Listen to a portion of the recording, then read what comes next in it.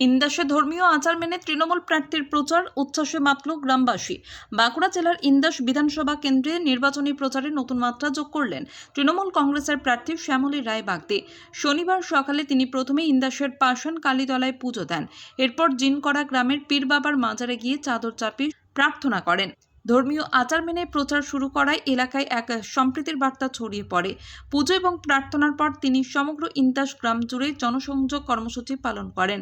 গ্রামে ঢোকার সময় থেকেই প্রার্থীকে ঘিরে দেখা যায় ব্যাপক উচ্ছ্বাস। শঙ্খধ্বনি ও উলুধ্বনির মধ্য দিয়ে গ্রামবাসীরা তাকে স্বাগত জানান। অনেকেই ফুল ছড়িয়ে এবং মিষ্টিমুখ করিয়ে প্রার্থীকে সংবর্ধনা জানান। প্রচারের সময় শ্যামলী রায় বাগদি সাধারণ মানুষের সঙ্গে সরাসরি কথা বলেন এবং তাদের সমস্যার কথা শোনেন। গ্রামবাসীদের এই উষ্ণ অভ্যর্থনায় তিনি আবেগ আপ্লুত হয়ে পড়েন এবং সকলের আশীর্বাদ প্রার্থনা করেন। এদিনের প্রচারে স্পষ্ট হয়ে ওঠে প্রার্থীকে কাছে পেয়ে ইন্দাসের গ্রাম অঞ্চলের উৎসবের আবহ তৈরি হয়েছে।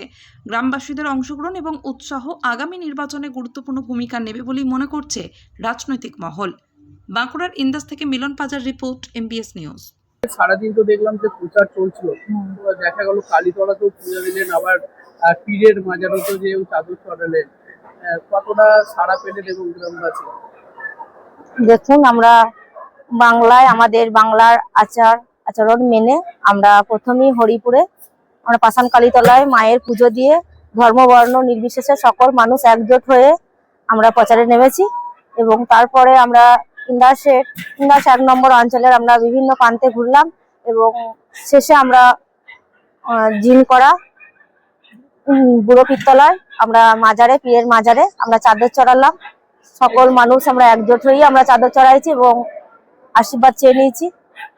একদম গ্রামে যখনই ঢুকছে ফুল ছড়িয়ে আপনাকে সংবর্ধনা জানাচ্ছে, এটা কেমন লাগছে?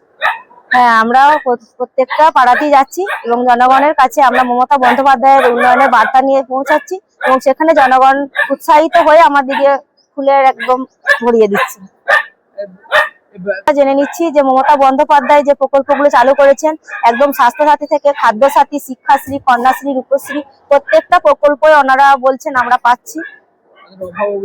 হ্যাঁ, অভাব অভিযোগও শুনলাম।